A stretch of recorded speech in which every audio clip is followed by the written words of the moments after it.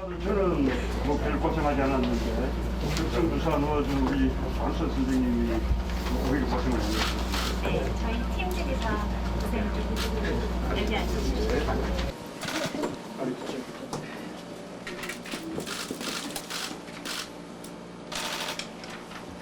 덮고 조금 기다려주시고요. 오늘은 술 대신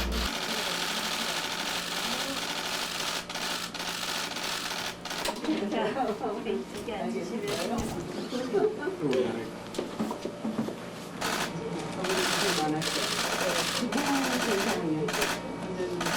마음고생하고 있었어요. 수고하셨습니다.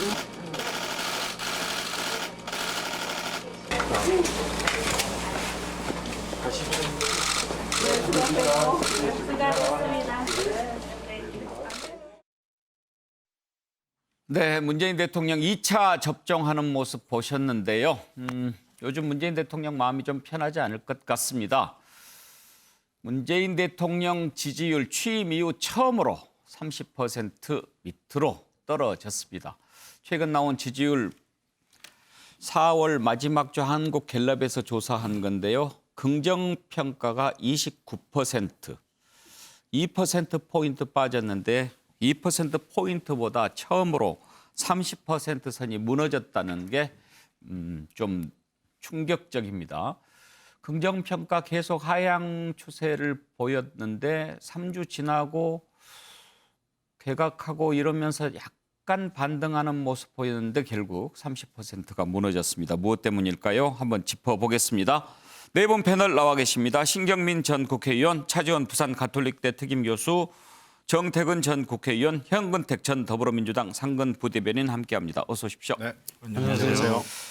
신경민 의원께서는 대통령 지지율 하락 원인을 어디에서 찾으십니까? 하여튼 부동산은 여전히 예. 그렇고요. 지금 4.7 재보궐 이후에 상당 기간이 지났는데 당과 당정청이 바뀌었다는 느낌을 국민들한테 지금 못 주고 있는 거 아닌가 싶은데요.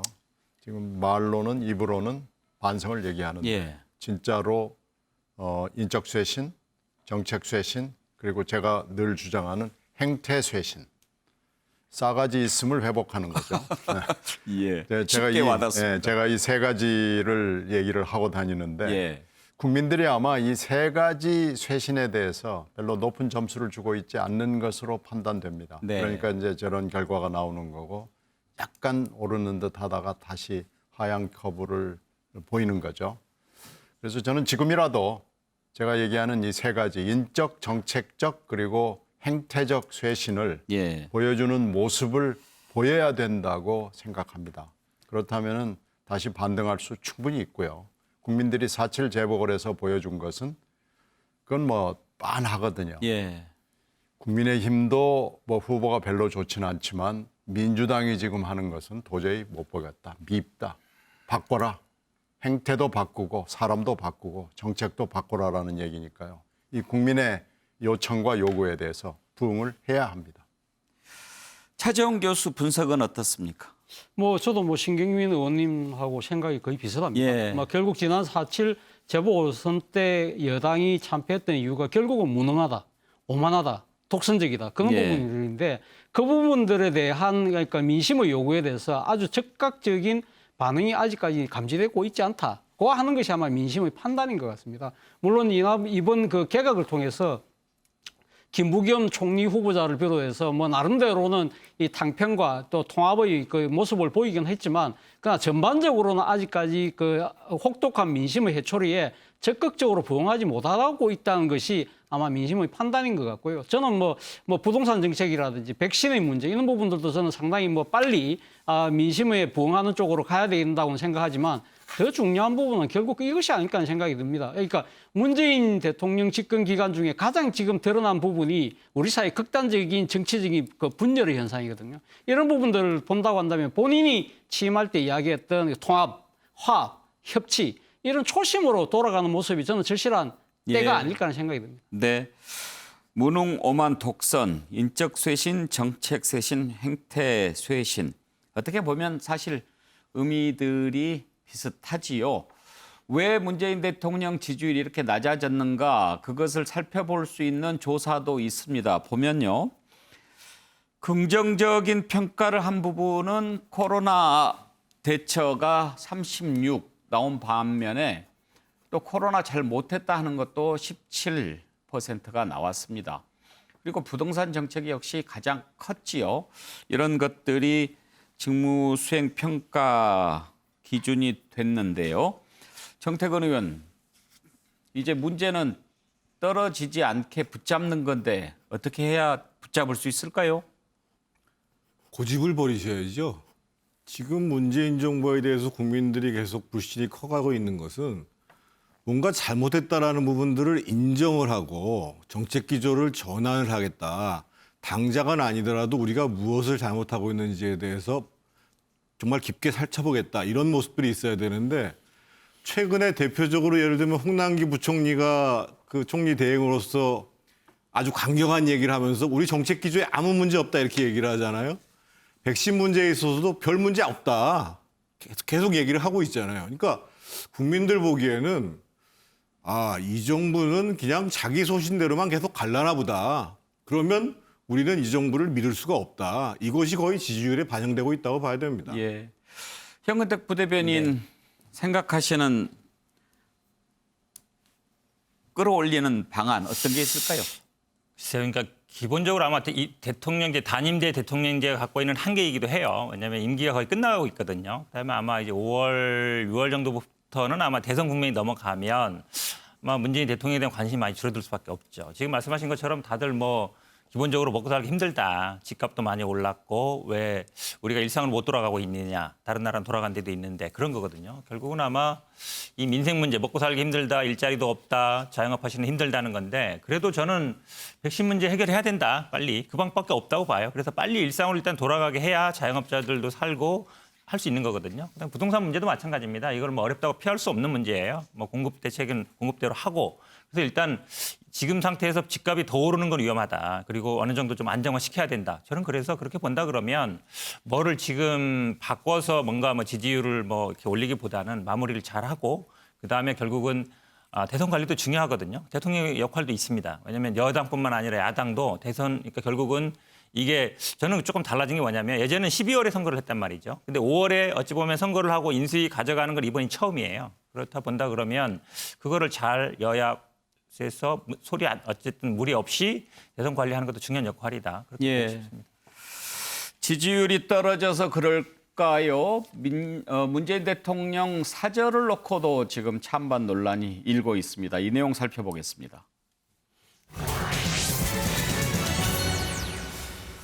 어서 오세요라고는 못해도 오시는 것 반대합니다. 여기다 짓지 마세요. 이런 프래카드가 나붙었습니다. 어떤 사람들이 이런 현수막을 걸었을까 궁금한데요. 그런가 하면은 최근에는 아닙니다. 오세요. 저희가 함께 하겠습니다. 또 이런 현수막도 내걸렸고요. 어떤 게 그 마을 주민들의 진심인지 궁금한데 문제는 그동안 오면 안 된다라는 것 없었는데 갑자기 생겨서 혹시 배후에 뭐가 있는가 이런 의심까지도 듭니다. 찬성, 반대하는 목소리를 한번 들어보시죠. 대통령은 퇴임 후 경남 양산 하북면의 평산 마을에서 지낼 계획입니다. 문 대통령은 퇴임 후 양산으로 내려가시겠다는 뜻을 이미 밝혔습니다. 그러나 경호처에서 불가 입장을 냈습니다. 국가기관이 임무수행 불가 판단을 내린 만큼 부득이하게 이전 계획을 하게 됐습니다. 대신 매곡동 자택 규모보다 크지 않도록 하라고 지시했습니다. 사저 부지 매입비는 대통령 사비로 충당합니다. 한 48가구 평산마을 주민들은 대부분 다 찬성이었어요. 계속 하루아침에 한 40몇 개 걸려버렸잖아요. 네. 근데 그게 저희 마을 주민들하고는 어떤 얘기도 없었어요. 그냥 지자체 단체장들, 뭐 이장단 협의회, 뭐 저도 하북면에 그렇게 많은 단체가 있는지 몰랐어요. 주민들도 좀 놀라고 그랬어요. 애초에 이제 작년 이맘때 대통령 사저가 발표가 났잖아요. 예. 근데 그때는 가만히 있다가 예. 갑자기 지금 이 시점에서 이해가 안 가는 부분이어서 그거는 자기 땅에 뭐 길을 내면서 자기 땅을 팔고 싶은 마음 이런 욕심들 그런 게 많이 있을 것 같은 느낌도 들더라고요. 현수막 중에도 주민일동에서 우리 마을에 걸렸던 것도 보면 그게 저희 주민하고는 관계없는 것들이잖아요. 최조 교수, 지금 네. 인터뷰한 사람 내용 가만히 들어보면 네. 이렇게 반대하는 현수막이 무슨 의도를 가지고 내건 것 같다 이런 시각인 것 같은데 그걸 떠나서 네. 그쪽 근처 좀 취재를 해보면 분위기가 실제로 어떤 것 같습니까? 일단 뭐 좀 지역 언론이 보도를 하는 거 보면 지금 이 문재인 대통령의 사저가 위치하고 있는 것이 경남 양산시 하북면인데요.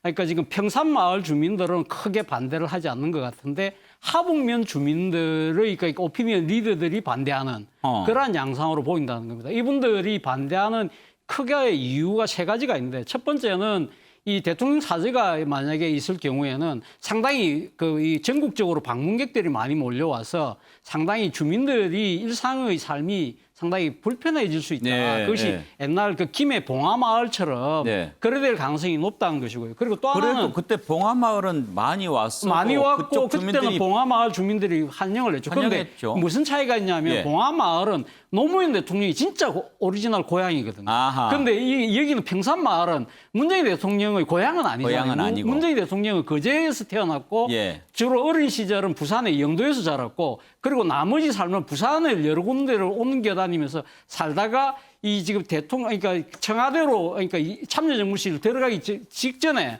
당시 경남 양산으로 이사를 갔는데 그거는 지금의 평산마을이 아니고 부산시 경계에 위치하고 있는 매곡마을이라는 또 다른 마을입니다. 그 마을은 일종의 계곡을 끼고 있거든요. 그렇기 때문에 거기를 돌아가고 싶어 했는데 거기는 문제는 경호동을 지을 장소가 없는 겁니다. 예, 그래서 할 수 없이 지금 평산마을인데 평산마을이 어디냐면 여러분들 아마 그 통도사를 많이 가실 거예요.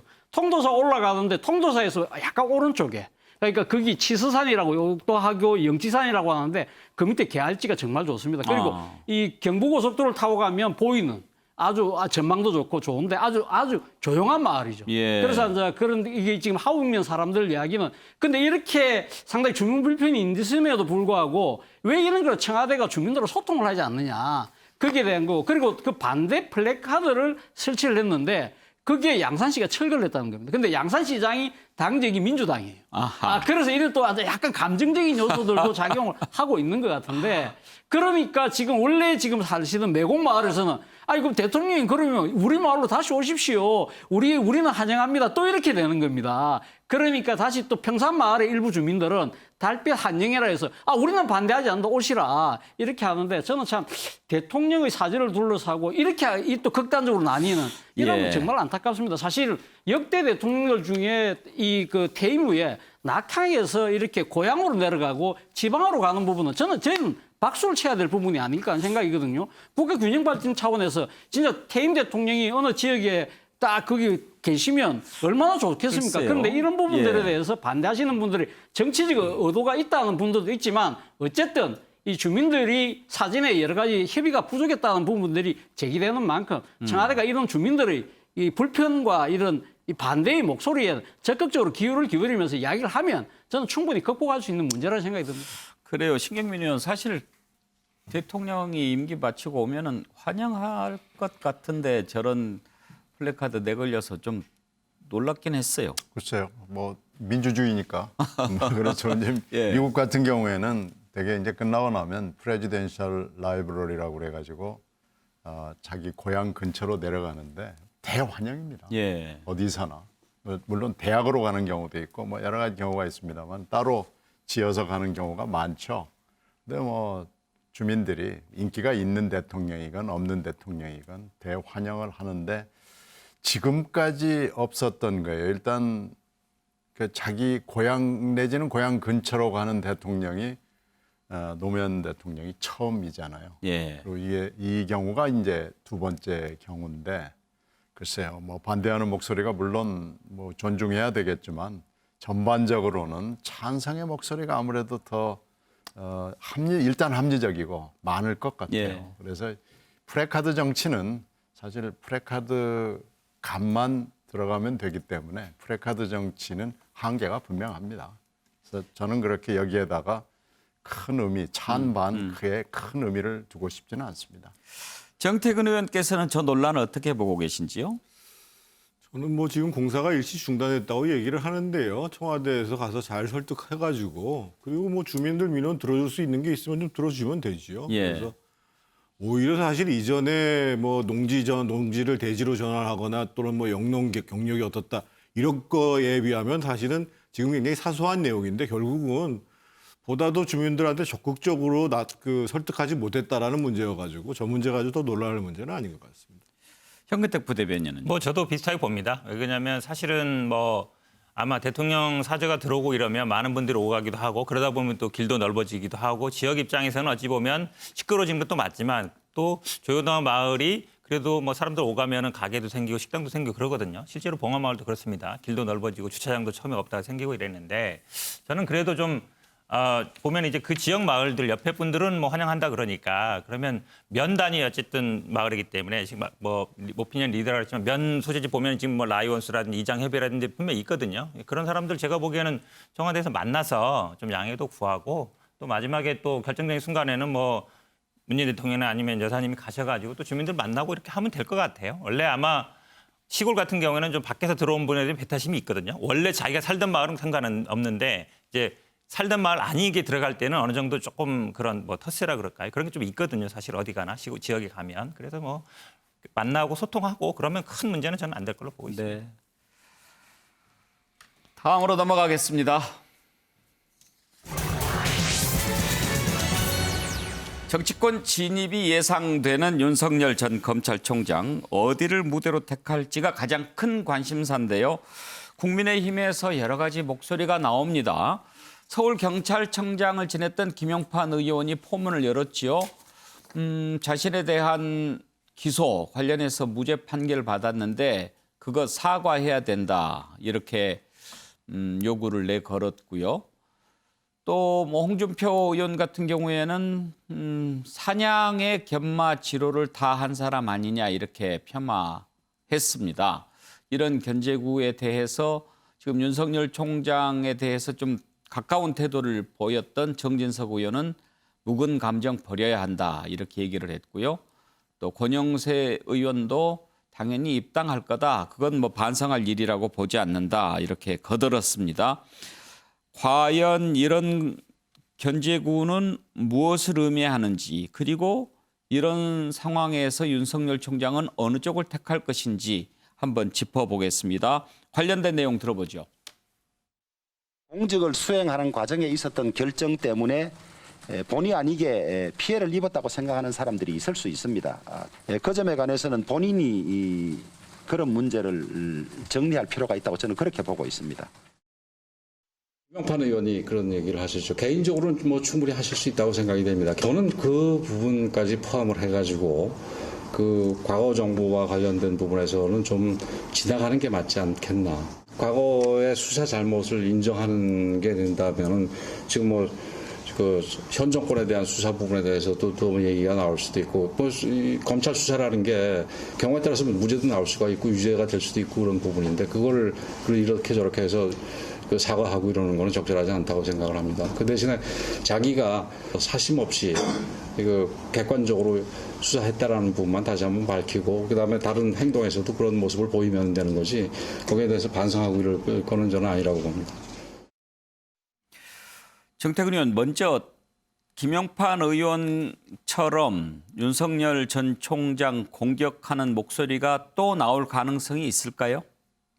충분히 있겠죠. 그러니까 뭐 예를 들면 특히 적폐 수사 과정에서 처벌을 받았던 사람들이나 기소했던 사람들 입장에서 보면 억울하다고 느낄 수가 있는데 구체적으로 예를 들면 김용판 의원 사건 같은 경우에는 지금은 그 국민의당의 권은희 의원이죠. 그 당시에 수서경찰서 수사과장을 했던 분이 기소하는 과정에 있어서 수사하는 과정에 있어서 경찰 상부에 외압이 있었다라는 진술이 있었어요. 그걸 국회에 청문회에 나와서도 증언을 했어요. 그러니까 사실은 그런 기소가 있는데 검찰에서 그거를 유야무야할 수는 없는 거잖아요. 그래서 오히려 사과의 주체는 사실은 그러면 권은희 의원이 거짓말을 했다 그러면 권은희 의원이 사과해야 되는 문제인데 어떻든 그거는 뭐 재판으로 무죄가 났기 때문에 이 문제를 사과할 문제는 아닌 것 같고 다만 특히 서울중앙지검장으로 있었을 때의 적폐 관련 수사를 하는데 그 당시에 상당히 무리한 수사를 했다라는 일부의 건이 있어요. 그리고 우리 검찰의 뿌리 깊이에 남아있는 관행 중에 하나가 일단 구속을 시켜놓고 수사를 하는 구속 관행이 있어요.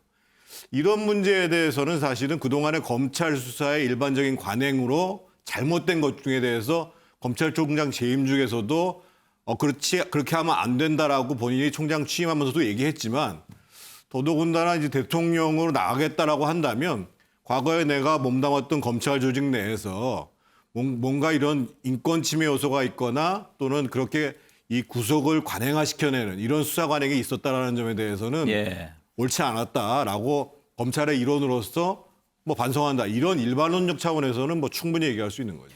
그러면 정태근 의원 보시기에 윤석열 총장 나중에 진입한다면 어디로 어떻게 할 것 같습니까? 어디로 어떻게 하든. 그러니까 국민의힘으로 들어올 것 같습니까? 아니면 다른 곳에 플랫폼을 따로 만들 것 같습니까? 아니 그걸 제가 어떻게 알아요? 전망을 한번 해보시라는 거죠. 아니 심지어 요즘 나오는 얘기가 이런 얘기도 나오잖아요. 지금 사자구도 얘기도 나와요. 심지어는요. 사자구도면. 민주당하고 이재명 지사가 갈려지고 그리고 국민의힘은 그대로 있고 윤석열 총장은 안 들어가서 새로운 세력을 만들어지고 그래서 또 그 사이에서 국민의당의 안철수 후보는 몸값 장사할 거다. 이런 얘기까지 나와요. 근데 중요한 것은 저는 이렇게 봅니다. 국민의힘도 오늘 새롭게 원내대표를 뽑았는데 이겼을 때에 이번 보궐선거에서 이겼잖아요. 우리가 왜 이겼는가. 국민이 바라는 방향으로 정당을 만들어 가면 그러면 윤석열 총장은 당연히 이 조직이 잘 가겠구나. 라고 하고 참여를 할 거고 그런데 뭔가 국민이 바라는 방식하고는 다르게 간다라고 하면 굳이 내가 거기 몸담아야 돼? 이렇게 생각을 할 거거든요. 그래서 제가 일전에도 한번 말씀드렸습니다만 지금부터 앞으로 5월 달, 6월 달, 7월 달 요 3개월 사이가 크게 봤을 때 내년 대선 구도가 어떻게 잡힐 것인가를 가름하는 시기거든요. 각 정당은 뭐 지도부분들하고 바쁩니다만 국민들 입장에서 봤을 때는 진정으로 국민들을 바라보고 움직이는 세력이 어딘가라는 것들을 예의주시하게 보고 있는 것이고 따라서 정치 세력도 그거에 초점을 맞춰야 됩니다. 신경민 의원께서는 어떻게 전망하십니까? 어디로 갈 것 같습니까? 그걸 알면 제가 이러고 있겠습니까? 그런데 금방 사자구도 얘기를 하셨는데 글쎄요, 그건 이제 민주당이 뽀개진다는 걸 전제로 지금 하는 거라서 저는 그렇게까지 가지는 않겠죠. 그런데 이제 윤석열 전 총장의 입장에서 보면 이리 갈 수도 저리 갈 수도 없는 그렇다고 그래서 정치의 현실, 특히 한국 정치의 현실로 봤을 때 제3지대, 제3공간을 만드는 게 사실상 거의 불가능에 가깝거든요. 그러니까 결국은 국힘당으로 가든지 아니면은 국힘당과의 뭐 친밀한 유대나 연대 관계를 갖는 뭐 이 선택지밖에는 없는 것 같아요. 그러니까 윤석열 총장이 지금 이 시점에서는 뭐 제 정치라는 게 뭐 참 변하기 때문에 결국은 또 민주당으로 들어올 가능성은 현재로서는 그럼에도 불구하고 없어 보이거든요. 그렇게 따지면은 글쎄 사자구도보다는 어떤 약간의 이 양자구도 2+알파 뭐 이런 2.5 뭐 이런 정도의 구도는 저는 가능해 보입니다.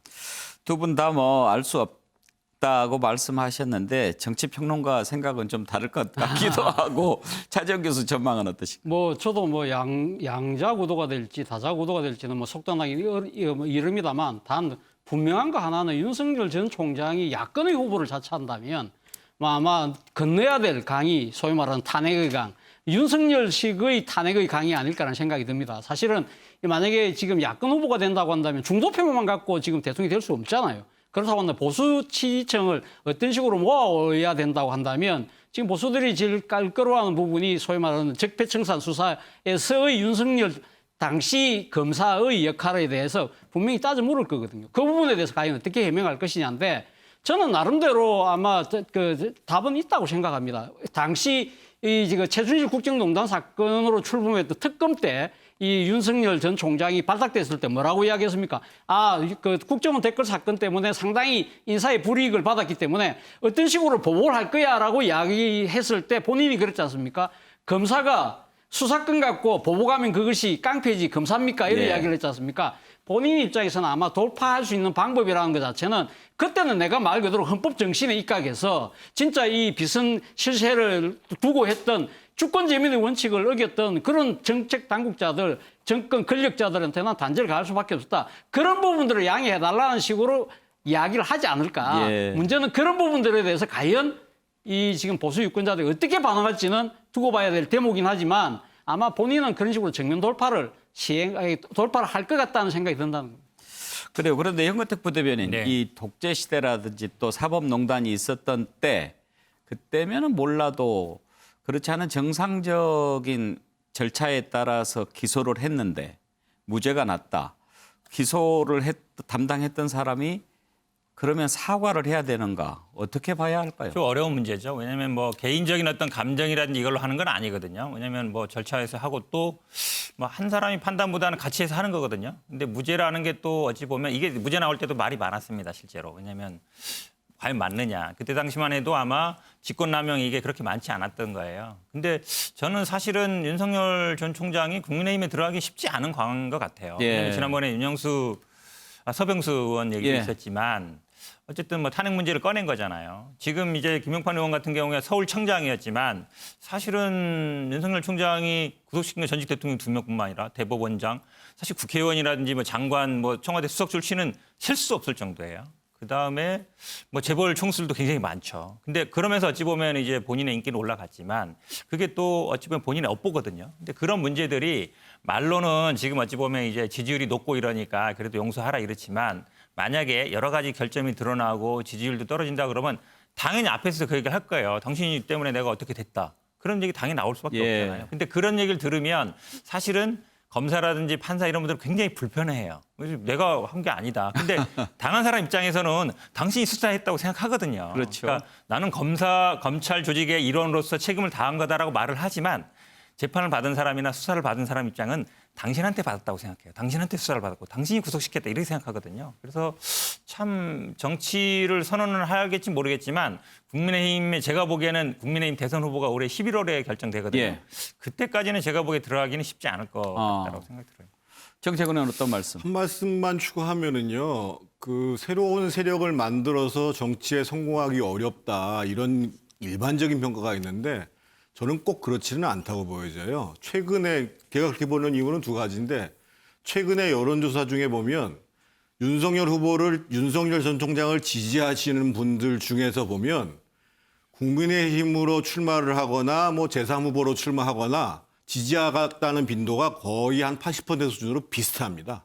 이 얘기는 뭐냐면 지금 야권의 유권자들 입장에서 보면 누가 강력하게 당선될 수 있는 후보인가 이게 첫 번째 기준이라는 점 하나 하고 두 번째로 내년에는 그 대통령 선거를 3월 9일 날 하고요.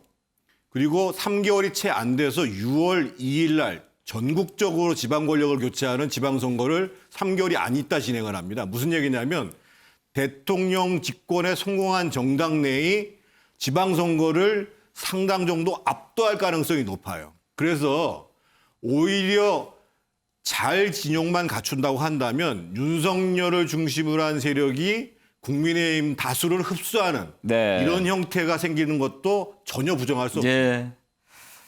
네. 자, 다음으로 넘어가죠. 국민의힘 새 원내대표 울산 출신의 4선 김기현 의원이 선출됐습니다. 1차에서 과반이 나오지 않아서 2차 결선 투표에서 당선이 됐는데요. 김태흠 의원을 제치고 당선이 됐습니다. 자, 그런데 되고 나서 첫 발언이 상당히 강했습니다. 앞으로 여야 관계 쉽지 않아 보이는데요. 들어보시죠.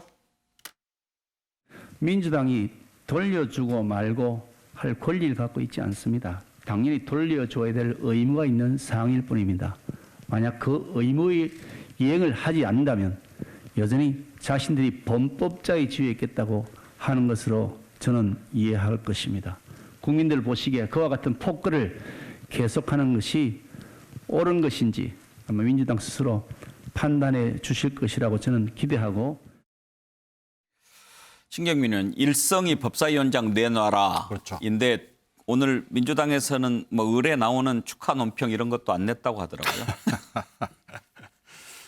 작물이라는 표현을 예, 법사위원장 예. 자리로 했더라고요. 굉장히 격한 아주 비판이죠. 근데 예상했던 거긴 한데 표현이 작물이다 이렇게 하는 것은 뭐 굉장히 심한 표현이고 하여튼 내놔라라는 예. 거죠. 내 거니까 내놔라라는 예. 건데 민주당 입장에서 얘기를 해보면은요. 이게 어떻게 해서 말하면 국회를 스톱을 시키면서 가져간 법사위원장인데 이것을 지금 내놓을 수 있느냐. 예. 그리고 위원장 그러니까 국회의원 구성을 할 때는 2년씩 해서 전반기 후반기로 나누는 게 지금까지 뭐 아주 오래된 거고요. 물론 법에 뭐가 이렇게 돼 있는 건 아니지만 예, 예. 이 원칙을 깨트린 적은 없기 때문에 만약에 이걸 가지고 협상을 하고 어쩌고 이러면 아마 민주당 내부에서 엄청난 반발이 있을 것이 불보듯 예. 뻔하죠. 그래서 아마 그렇게 가기는 어려울 겁니다. 근데 하여튼 예상보다 굉장히 격한 표현을 했다. 예. 또 김기현 신임 원내대표 입장에서 보면은 그렇게 하지 않을 수는 없겠다는 건 입장은 이해는 가는데 현상이 바뀔까요? 저는 그건 좀 회의적으로 봅니다. 예.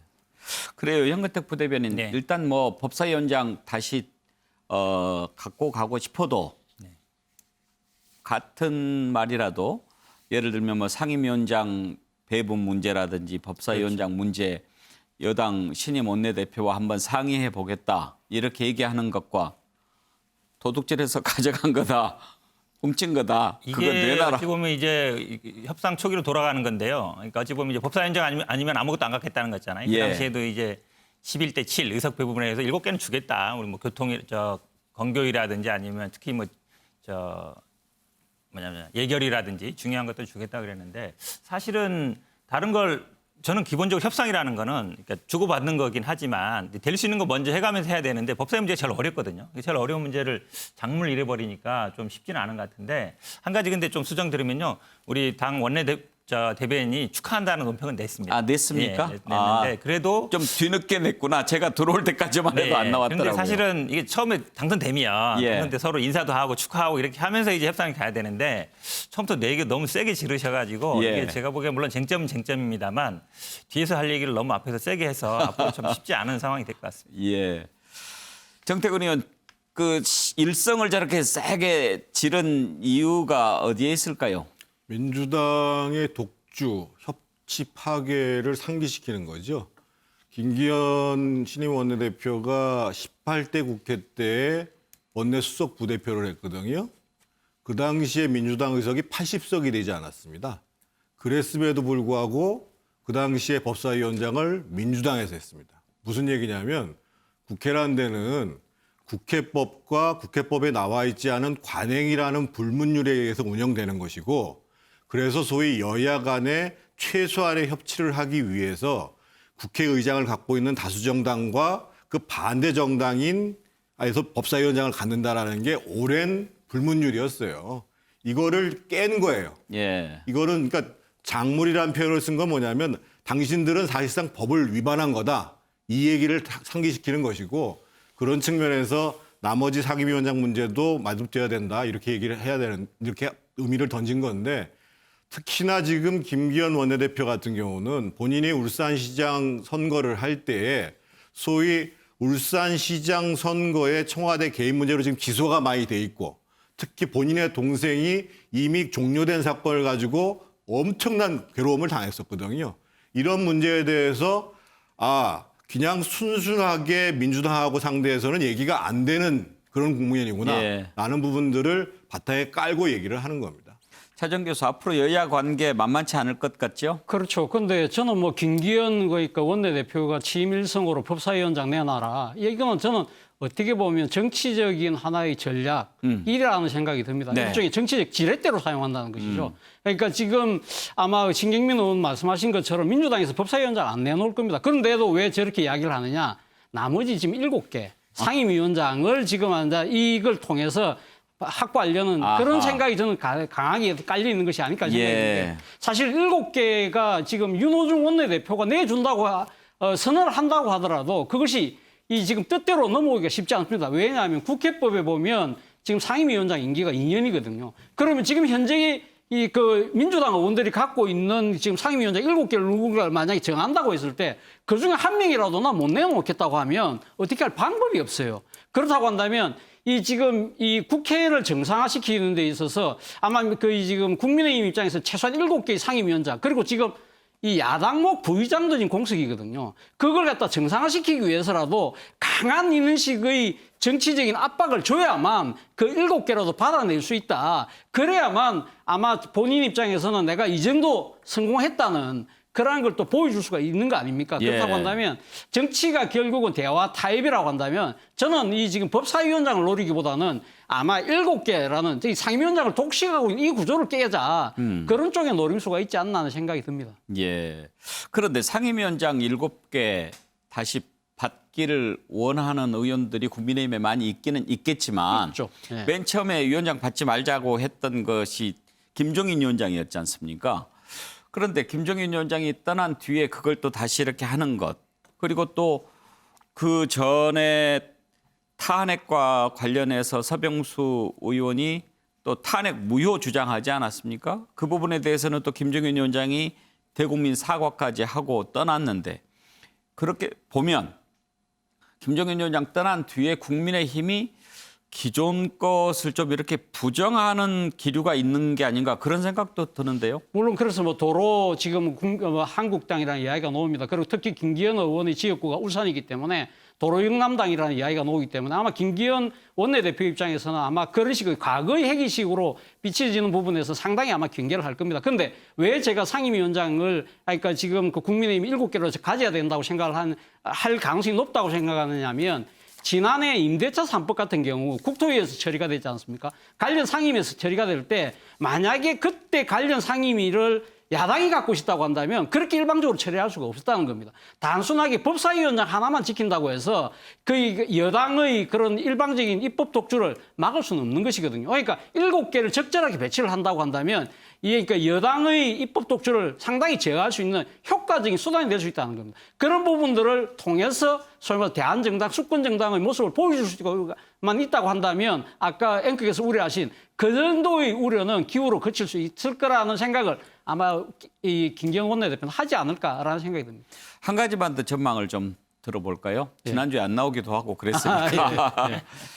지금 이제 당 대표 경선이 또 국민의힘 남아있지 않습니까? PK 출신 원내대표가 선출됐는데 이게 다음 당 대표 선출에 혹시 뭐 지역구도라든지 이런 걸로 해서 변수가 될까요? 저는 반반의 가능성이 있다고 봅니다. 일단 외형적으로 보면 일단 당의 투톱이 전부 다 영남 출신이라고 하면 상당히 당이 분함이 되는 것도 사실이지만 그러나 현실적으로 지금 그 당의 지금 그 투표권자들, 이 유권자들은 상당히 영남 쪽에 치우쳐져 있는 것도 사실이거든요. 그렇기 때문에 명분은 일종의 수도권하고 조합을 하는 것이 맞지만 정치적 현실은 또 지금 상당수 그러니까 이 당내 유권자들은 영남 쪽에 치우쳐져 있기 때문에 그걸 현실을 무시하지 못할 것이다. 그러나 문제는 앞으로 진행되는 과정, 앞서 말씀드린 것처럼 도로한국당, 그런 영남당 이런 이미지를 과연 김기현 대표가 어떻게 돌파하느냐에 따라서 저는 이 균형추가 어느 한쪽으로 쏠리지 않을까 생각이 듭니다. 예. 자, 또 국민의당과 합당은 어떻게 될까 이 부분 짚어보겠습니다. 주호영 원내대표가 합당을 마무리하고 물러나고 싶어 했는데요. 양쪽 다 계산이 좀 달랐던 것 같습니다. 어떻게 될지 전망을 해보겠는데 김기현 신임 원내대표 합당을 위한 합당은 바람직하지 않다 이렇게 얘기를 했고요. 안철수 대표는 내년 3월 전이면 된다. 아주 길게 잡아서 얘기했습니다. 당장 합당 쉽지 않아 보이죠? 관련된 녹취를 들어보죠.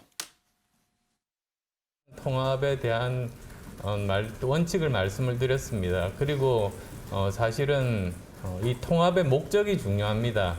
왜 통합을 하려고 하는가? 다음 대선에서 정권 교체를 위해서는 야권의 지지 기반을 넓히는 것이 중요하지 않습니까? 그래서 야권의 지지 기반을 넓히기 위한 최선의 방안이 당대당 통합이라는 그런 생각들을 전달을 했습니다. 이제 세부적으로 논의할 부분들이 또 많이 있으니까요. 뭐 그런 부분들은 다음 원내대표가 뽑히면 이제 그분과 추가적으로 논의가 진행이 되겠죠. 당장 지금부터 만나서 그동안 진행됐던 것이 무엇이고 앞으로 남아있는 과제가 무엇인지를 파악한 다음에 절차를 진행할 것이 맞다고 보고 원칙적으로 아까 말씀드린 것처럼 합당이 목적이 아니기 때문에 우리 목적을 위해서 우리가 거쳐야 될 프로세스나 그 방법 또 시기 이런 것들은 가장 시너지 효과가 많이 나는 그런 선택을 해야 될 것이다. 그런 기준 하에서 사안을 바라볼 예정입니다. 태근 의원 전망을 한번 들어보고 싶은데 어떻게 될 것 같습니까? 빨리 안 될 거고요. 또 특히 안철수 대표 입장에서는 빨리 할 이유가 없습니다. 그러니까 이제 경선 단일화 후보 결정 과정에 있어서는 국민의힘 쪽 지지자들의 여론을 받아야 되기 때문에 이제 합당하겠다는 얘기를 했는데 우리가 상식적으로 서울시장 선거보다도 아주 큰 대통령 선거가 앞두고 있거든요. 지금 국민의당이 3% 정당 그리고 안철수 후보가 뭐 많이 나와야 무슨 뭐 4, 5% 정도 나온다고 치더라도 이게 대선 막판에 가면은 엄청난 영향을 미치는 표거든요. 예를 들면 우리가 김대중 대통령이 처음 대통령이 당선될 때 DJP 연합을 했을 때 그 미미하던 자민연계에 대해서 장관직을 무려 40% 줬습니다. 총리직까지 포함해가지고요. 그래서 대선 막바지에 갈수록 소위 이 국민의당과 안철수의 가치는 더 높아질 수 있고 아까 제가 말씀드렸던 것처럼 어떻게 선거구도가 잡힐지 알 수가 없는 상황이기 때문에 더더군다나 안철수 대표 입장에서 보면 노선 문제 또는 자신의 위상 문제도 불명확한 상황에서 빨리 할 이유가 없는 것이고 다만 국민의힘에서는 그 통합을 해서 확실하게 이제 이 야권의 중심 플랫폼으로 역할을 하겠다라는 게 있지만 지금 그거는 이제 안철수 대표가 요구하는 내용들이 흔쾌히 마저 떨어져야 되는 것이거든요. 그래서 당분간은 저 문제가 사실은 유권자들 입장에서 보면 그렇게 큰 이슈도 아니고 특히나 이제 5월달 이후에 이제 윤석열 전 총장이 등장하면서 실질적으로 선거 구도가 이렇게 잡히는구나라고 해야지 아마 다시 좀 논의될 수 있는 그런 상황이라서 별로 서두를 문제도 아닌 것 같습니다. 우리도 이제 합당 이슈 좀 그만 다뤄볼까 합니다. 다음으로 넘어가죠.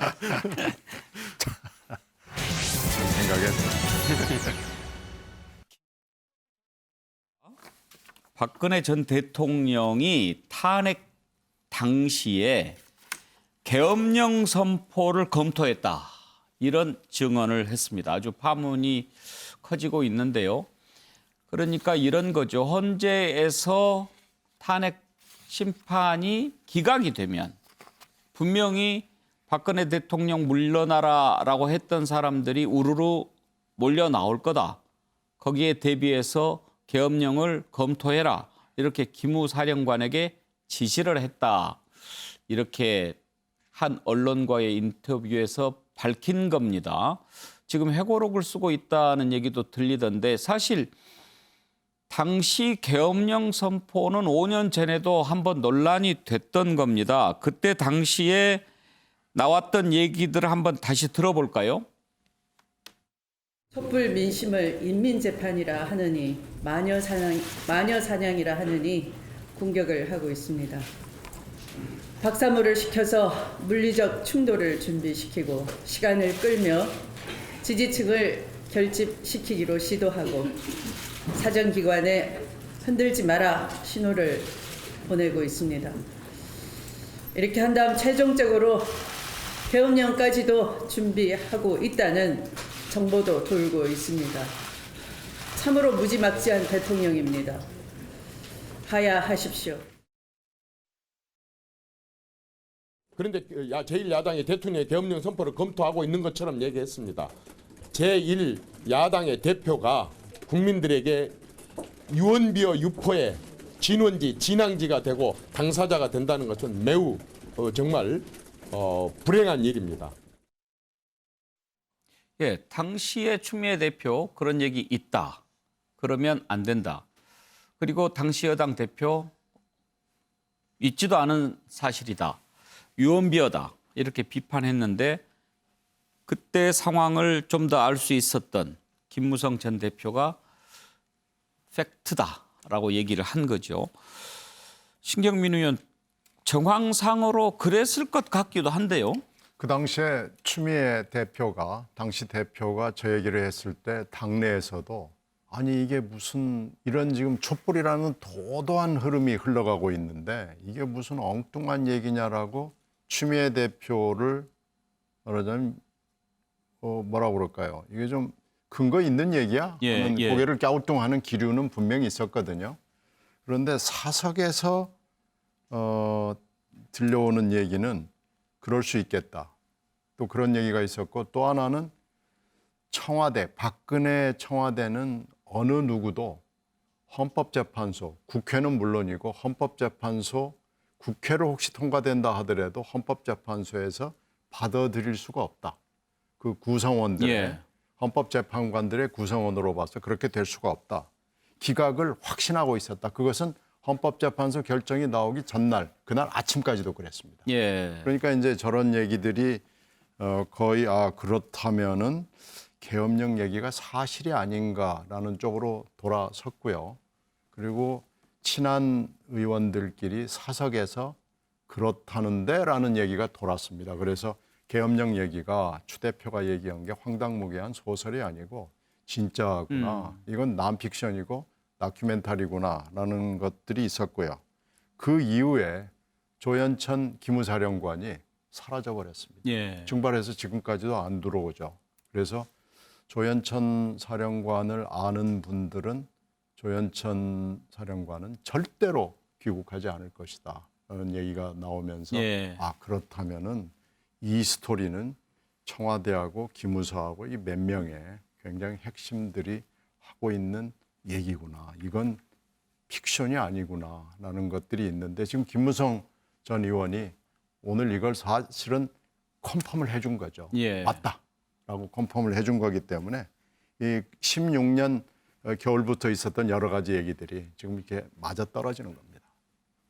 그런데 현근택 부대변인, 만약에 사실이라면 그때 당시에 계엄령 발동을 검토를 했었다고 한다면 지금 사법적으로 뭐 처리도 할 수 있고 그런 거를 할 수는 있나요? 그렇죠. 법적으로는 이 전 사령관이 이제 미국에 가면서 기소 중지가 됐잖아요. 외국에 가 있는 동안에는 공소유가 중지되거든요.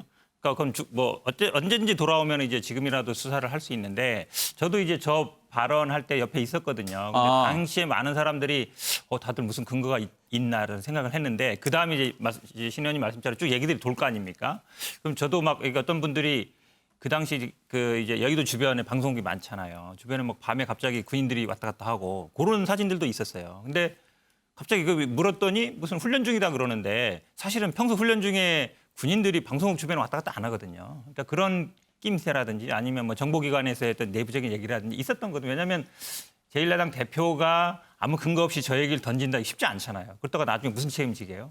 근데 당시에 보면 저 여당뿐만 아니라 언론에서도 굉장히 비난이 많았어요. 왜냐하면 어찌 보면 혼란을 부추긴다 그러면서. 근데 지금 냉정하게 생각해 보면 저 발언 때문에 오히려 기무사라든지 아니면 이런 사람들이 더 숨었다. 그러니까 사실은 더 제대로 못했다라고 보거든요. 그러니까 아마 좀 무리수였을지 모르지만 저 발언으로 인해서 이런 어떤 그런 시도 자체를 접게 되게 만들었다. 저는 뭐 그거에서 아주 큰 공은 세웠다라고. 그러면 무슨 죄가 되나요? 만약에 계엄령을 발동을 당시 아마 했다면? 뭐 내란죄라든지 이런 게 문제가 그게 내란죄가 될 수 있나요? 왜 그러냐면 사실은 이제 대통령이 물론 뭐 합법적으로 할 수도 있겠지만 계엄령을 선포하는데 그게 이제 국회 그 당시 무슨 얘기가 있냐면 국회에서 계엄을 해제시킬 수 있잖아요. 그러면 국회의원들을 모이지 못하도록 뭐 다른 명의로 구속을 시킨다 이러면서 이제 어찌 보면 이제 권한을 뛰어넘는 그 계엄령 그 작전에도 보면 결국은 국회가 계엄령을 해지 못 시키게끔 하는 계획까지 있었어요. 그렇게 된다 그러면 이제 국회의원들을 뭐 인위적으로 뭐 잡아 가둔다든지 이런 것들도 보면 당연히 직권남용이라든지 아니면 불법 체포라든지 그런 게 네. 문제가 되는 것이죠. 그다음에 말씀처럼 그게 만약에 이게 국회의 어떤 권한을 정지시킨 상태에서 계속 계엄을 개정한다 그러면 그건 또 내란죄가 될 수도 있는 거죠. 예, 최정 교수. 예, 저는 뭐 지금 김무성 전 대표가 이야기했던 부분은 계엄령을 검토를 지시한다 그 자체는 그건 사실은 뭐 위법적인 요소는 없습니다. 우리 헌법에 보면 전시사변 비상사태 때 공공안녕의 질서를 위해서 대통령이 비상계엄을 선포할 수 있거든요. 예. 문제는 앞서 말씀하신 것처럼 재적 의원 바로 비상계엄 선포하고 바로 즉시 국회에 통보하고 국회에서 이 부분에 대해서 재적 의원의 과반수 동의로 가면 하지 마라 하면 물려야 되는데 예. 문제는 그러니까 계엄 검토까지는 할 수 있는데 지금 문제가 된 부분은 그 뒤에 지금 놓은 문건이 지금 그 비상계엄을 선포하고 난 뒤에 국회를 무력화시키기 위한 여러 가지 논의들이 지금 그러니까 그 기무사 내에 있었다. 그 문건이 존재했다. 그게 그런 법 위반. 부분들이 나온 예. 것이 문제라는 것이죠. 그런데 그 부분까지는 지금 그 김무성 대표는 이야기는 하지 않았지만 그 발언의 저의에는 국회를 무력화시켜서 무력으로 이 지금 민주적인 시위를 억누르겠다는 그러한 뜻이 숨겨져 있다는 식으로 우리가 지금 인식할 수밖에 없잖아요. 그런 부분들에 대해서 단죄를 해야 된다는 것이기 때문에 지금 뭐 사실은 그러니까 지금 대통령이 비상계엄 선포하는 것까지는 검토 지시하는 것까지는 문제는 없다. 그러나 그것이 이 국회를 무력화시켜서 그런 식으로 초법적이고 유연적으로 갔을 때는 상당히 예. 문제가 있고 그런 정황들이 나왔다는 부분 이런 부분들이 이번에 새로 적용되었기 때문에 반드시 밝혀야 될 부분이 아닐까 생각이 듭니다. 예, 저는 조금 다른데요. 그러니까 지금 저는 비상계엄 선포하는 것 자체도 문제라고 봐요. 왜냐하면 그 당시에 결국은 지금 뭐 기각을 전제로 한다지만 아마 뭐 기각이 안 됐다도 할 수 있는 거거든요. 근데 그때 당시 기억하시겠지만 다들 촛불하고 어찌 보면 법적인 절차가 진행 중이었단 말이죠. 예. 그러니까 헌법재판소에서 결정을 하고 그럼 따르면 되는 거거든요. 근데 그거를 인정 못하고 비상계엄을 선포한다. 그거 자체가 제가 보기에는 우리나라가 87년 이후에 이제 군사 정권이 물러난 이후에 있어서는 안 될 일이에요. 아니 인정을 못하는 게 아니라 물론 권한은 있지만 기각이 되면 박근혜 대통령한테는 당시한테는 권한이 있죠. 당시엔 좋은 거잖아요. 권한은 있지만 예. 그 권한을 사용해서 되느냐 마느냐. 아니 그러니까 헌법재판소가 그러니까 지금 탄핵에 대해서 기각을 결정했을 경우에 또 그러니까 이 대규모 시위가 일어날 경우에 한다는 뜻이기 때문에 그때는 나름대로 대통령 입장에서는 충분히 권한을 행사할 수 있는 셈입니다. 그러니까 이제 결국은 만약에 그렇게 됐을 경우에 분노한 국민들이 와르르 나올 거고 그렇게 되면 질서 유지를 위해서 계엄령 활동이 필요하다. 그러니까 검토해라 이렇게 했을 거라는 건데 정태근 의원 저는 궁금한 게 김무성 전 대표도 사실 정치 구단급 아닙니까? 네. 이 시점에서 왜 저 얘기를 꺼냈을까? 그게 제일 궁금한데 왜 그렇다고 보십니까? 가장 큰 거는 일단 탄핵 문제를 정리하자 보수 진영 내에서 이 문제인 것 같은데 저는 일단 저 정도 수준의 얘기를 김무성 전 대표가 했으면 저거에 대한 구체적인 근거를 얘기를 해야 됩니다. 왜냐하면 이게 이제 법률적으로 처벌 여부와 관계없이 지금 김무성 전 대표의 주장은 뭐냐면 박근혜 대통령 쪽에서 실제로 계엄 문제를 지시를 했다라고 진술을 한 거란 말이에요. 예. 그러면 이거는 법률적 처벌 문제를 넘어서서 실제로 민심에 대해서 계엄으로 대응하려고 그랬다라는 것이 되기 때문에 이거 사실 여부가 어떠한 근거를 갖고 있는지에 대해서 밝혀야 되는 문제고 앞서 말씀할 때 조금 혼동이 있는데요. 추미애 대표가 얘기했던 것은 2016년 11월 달 얘기입니다. 예. 그래서 사실은 구체적인 근거가 없는데 2009년 그때 2016년 12월 달에 하야 문제가 나왔고 그 이후에 문건이 나왔거든요. 그래서 어떻든 이 문제와 관련해서는 저는 김무성 대표가 명료하게 얘기할 필요가 있습니다. 예. 네. 앞으로도 좀 더 짚어봐야 되겠는데요.